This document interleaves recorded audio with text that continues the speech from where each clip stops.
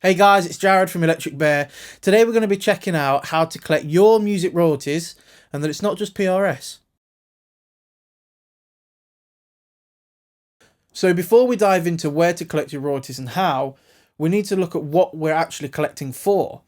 And ultimately it's a song. But a song is built up in multiple different ways and it's easier to split it into two to look at them differently. The first bit of the song is the composition. So this is the unique part of the song. This is the melody, the lyrics and the structure. This is the unique fabric and the build-up of a song in its intellectual form. And anyone who had a part to play in creating that composition is a writer of the song. Most independent artists, it's just them. They're the songwriter of their own songs, but some have multiple people they work with. Producers can also be songwriters and so on. Anyone who is a songwriter has the ability to collect royalties from the use of their composition. Which leads into the second part of the song, the master recording. This is a recorded version of that composition. So for example, a composition can have multiple master recordings. It can be a radio version, a live version, cover version, radio edit, and so on.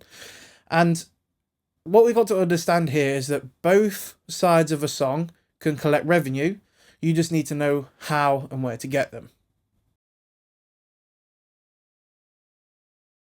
For the purposes of going into how and where to collect royalties, we're going to be going at this from the standpoint of an independent artist. One thing I will say is that if you're using distributors and things like that, which we'll go into in a second, but you're not part of a wider label or admin team on that front, you need to be aware that if you are working with collaborators, you are responsible for accounting and splitting up any money made from those songs. So just bear that in mind when you're going forwards working with people. Some people love doing it because they want to work with people on projects. Some people don't. But ultimately, you're acting as your own label if you're an independent. Therefore, you need to be doing your own admin and accounting and things like that.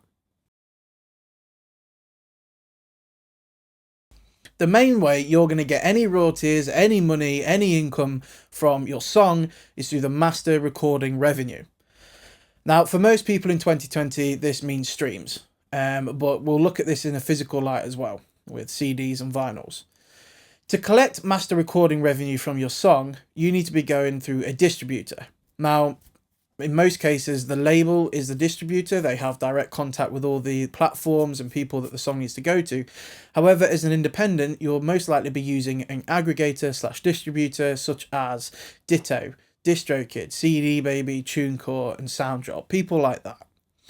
You as the artist who is self-releasing this song independently is acting like the label and therefore giving the song to the distributor to put in shops or stores or platforms for streams, etc.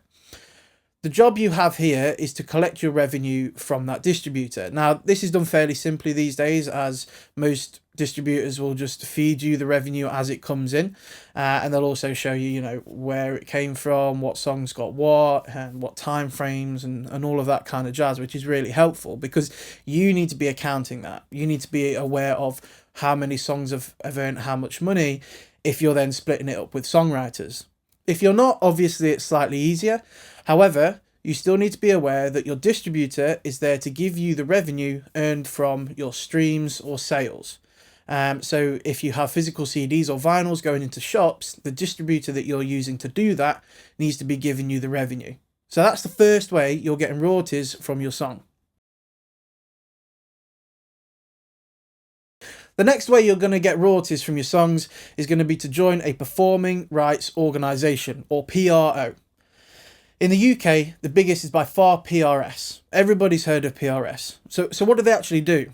Well, ultimately, they look after your rights as a songwriter to collect royalties from performances of your songs. So when I say performance, I mean like gigs and radio performances. When performances happen, they are logged onto the system. You can log them yourself if you're aware of your song being played on the radio or someone playing your song live, or if you've even played your song live. And that'll go into their system. They've got their own set of tune codes and so on. And then you will receive the revenue, if it's applicable, for the use of that song. It sounds simple, it's not, but PRS make it very easy to understand, and with a low joining fee, they often make it even easier for everybody to get involved and make sure that you're not losing out on any royalties. The next way you're going to receive royalties for your songs is by joining a music licensing organisation. In the UK, the biggest one is PPL, and they work hand in hand with people like PRS to ensure that no music is falling through the gaps in terms of licensing and fees that are flying around with that.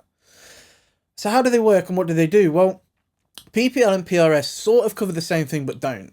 PRS are coming from a live point of view, so radio performances and gigs, and then sort of PPL takes on and goes, okay, we're going to look at radio, TV and online. And basically by signing up to PPL, which is free, you're covering yourself and making sure your music isn't falling through the gaps and you're missing out on any royalties.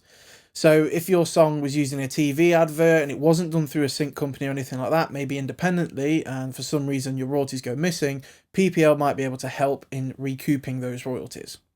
So a music licensing organisation is the next way that you can ensure you get some royalties for your song if they're out there to get. The fourth and final way to make sure you're collecting all the royalties possible for your song is to get involved with a global publishing administrator. This is very scary to some people when you start saying publishing and admin in the same sentence, but ultimately these companies help make sure that your music is registered in all the territories around the world. For instance, PRS and PPL in the UK need to talk to people like ASCAP, BMI and Sound Exchange in the States, just to name a few, and that's only 2 territories talking together. Spotify gets 40,000 plus uploads of music a day. Therefore, there's a lot of noise and it's a very busy market at the moment.